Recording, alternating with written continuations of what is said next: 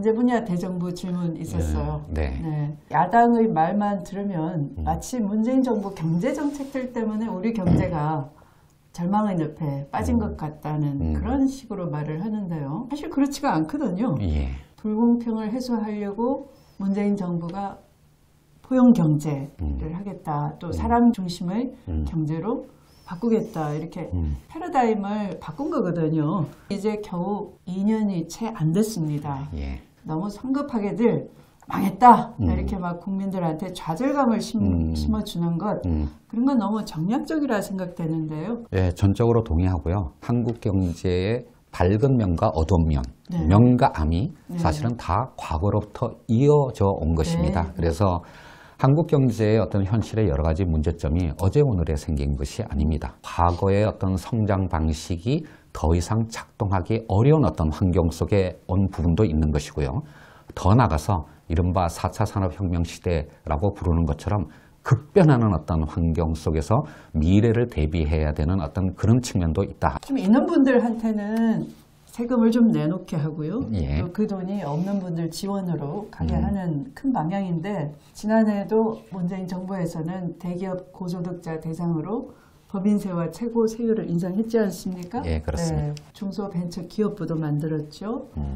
자영업자 카드 수수료를 아주 대폭 인하를 했습니다. 영세 자영업자들 지원을 위해서 일자리 안정자금 지원해서 방출하고 있고 또 임대료에 대해서 굉장히 힘들어하기 때문에 그 인상 상한율도 인하를 했고요. 네.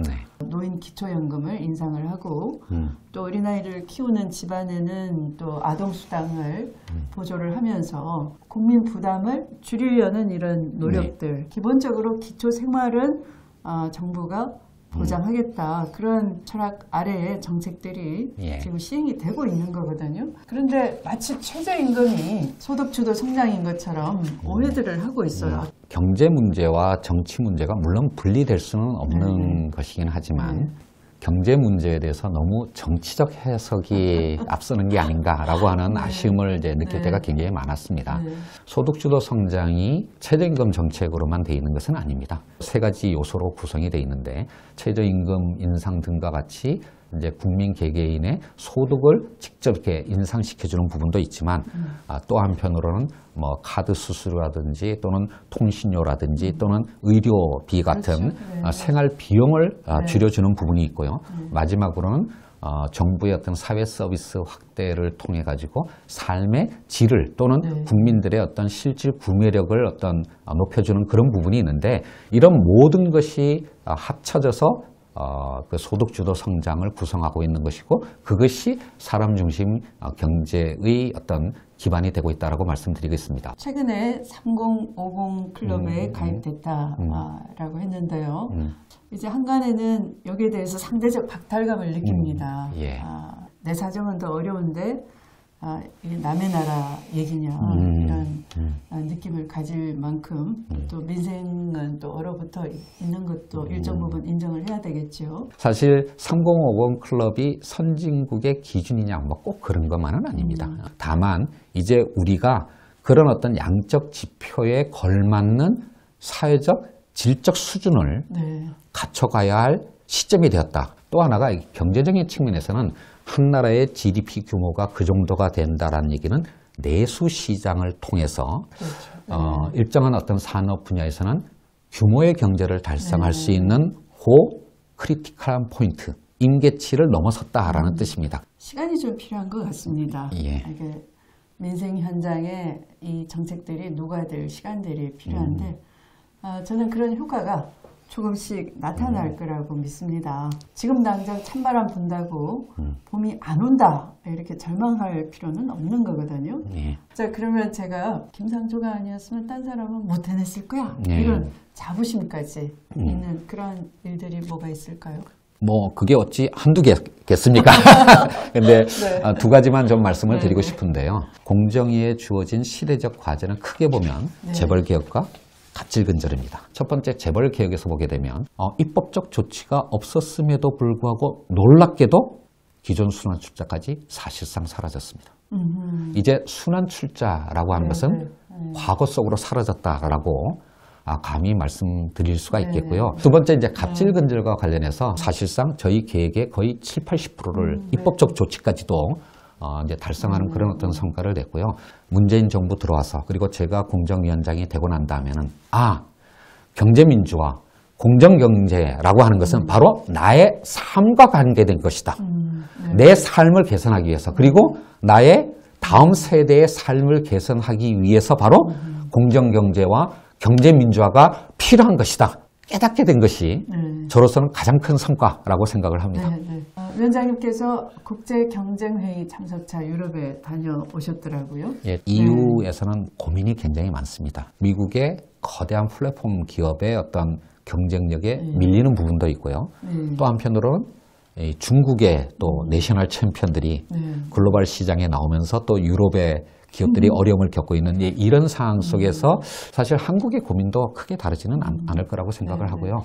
이제 이런 자리에 가서 제가 이제 스피치를 하게 됐는데 평평한 운동장을 통해서 혁신을 촉진하는 것이 21세기 경쟁 당국의 본연의 역할이고 그거를 위해서 전 세계 경쟁 당국이 협조하고 공조해야 될 부분이 크다. 이제 이런 내용들을 말씀을 드렸고요. 위원장님의 그 기조연설이 저는 공감대를 많이 일으켜서 이 4차 산업혁명 시대에도 나에게도 기회가 많다, 더 많다. 이런 확신을 가질 수 있으면 좋겠고요.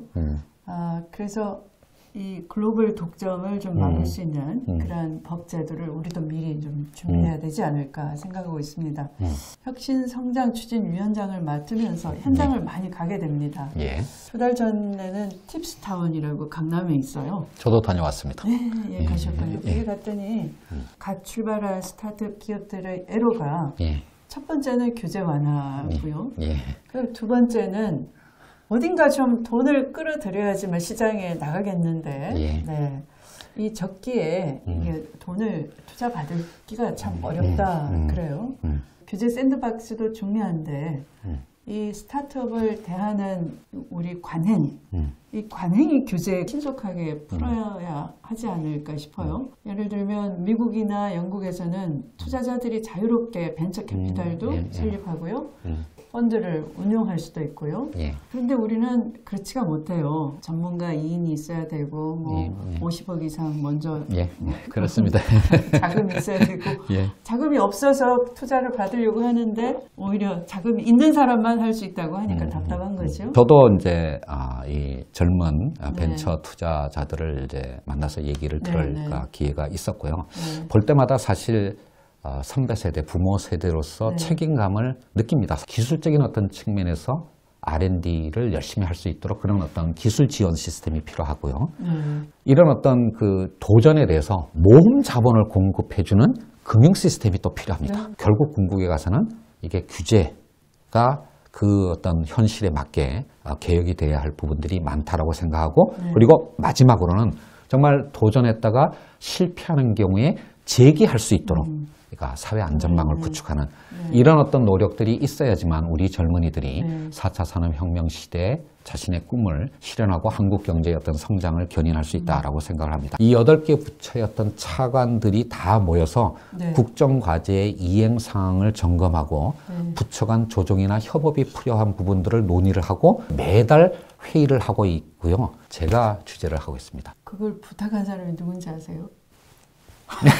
뭐 잘 알고 있습니다. 국가경제자문회의 열렸을 때 이제 당 대표로서 가서 공정경제 이른바 경제민주화라고 구호로는 얘기하는데 각종 정부가 펼치는 경제정책, 이 경제민주화 방향으로 가고 있는지는 각 부처의 정책들이 따로따로 굴러가니까 그 성과가 어떤지 또는 역진하고 있는 건 아닌지 그래서 그걸 점검하는 그런 하나의 회의체가 있으면 좋겠다라고 말씀을 드렸어요. 박근혜 대통령이 경제민주화를 휴지통에 넣어버렸어요. 그래서 제가 경제민주화 기본법을 발의를 해서 정부 정책이 모두가 경제민주화 쪽으로 수렴될 수 있도록 그런 이제 법안을 냈는데 당시 야당이다 보니까 법이 통과되기가 어렵죠. 이제 우리가 집권을 하고 보니 컨트롤 타워가 직접 되셔서 실천을 해버리니까 이것이 바로 집권당의 책무감이라는 게 느껴지고요. 공정과 혁신이 만난 유익했으면 좋겠고요. 우리 마음속에 그 불편함이 참 많아요. 억울함.